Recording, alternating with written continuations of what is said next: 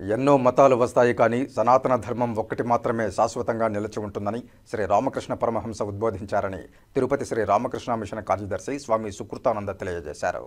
పాల్గొన శుద్ధ విదియ శనివారం నాడు శ్రీ రామకృష్ణ పరమహంస జయంతి సందర్భంగా తిరుపతి శ్రీ రామకృష్ణ మిషన్ ఆశ్రమంలో వివిధ కార్యక్రమాల ద్వారా వేడుకలు నిర్వహించారు.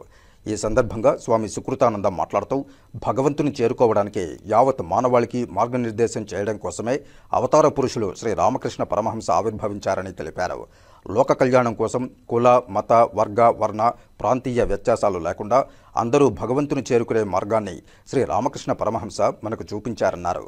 వారి శక్తి అయిన శారదామాత జగజ్జనని అని, శ్రీరామచంద్రునికి భక్తాగ్రేసరుడిగా ఆంజనేయ స్వామి ఎలా ఉన్నారో అదేవిధంగా శ్రీ రామకృష్ణ పరమహంస వారికి వివేకానందుల వారు అంతటి భక్తాగ్రేసరులని తెలియజేశారు.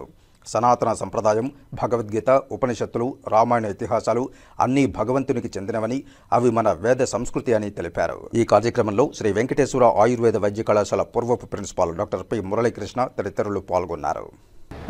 చిన్నపిల్లలు ఒక చుట్టూరు తిరగాలంటే ఒక స్తంభానికి చేయి పెట్టి చుట్టూరు తిరుగుతారు.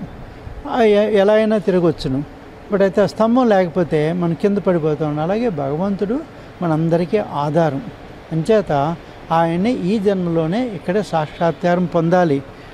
అలాగా పండితులకు, పామరులకు అందరికీ అర్థమయ్యే రీతిలో రామకృష్ణ వారు తన ఉపదేశాలని చెప్పారన్నమాట. దేవుణ్ణి ఎలా ధ్యానం చేయాలి అన్నదానికి రామకృష్ణ వారు అంటే మనం చేస్తూ భగవంతుడిని ఎలాగా ఎప్పుడూ స్మరిస్తూ ఉండాలి. నావికకి దిక్చూసి ఉంటుంది. నౌకలు సముద్రంలో వెళ్ళినప్పుడు ఆ దిక్చూసి ఆధారంగానే వాళ్ళు ఇంత పూర్వకాలంలో వెళ్ళేవారు. అలా విధంగా దేవుడు మనకి ఆ దిక్చూసిగా ఉండాలి. అలాగే పల్లెటూరులో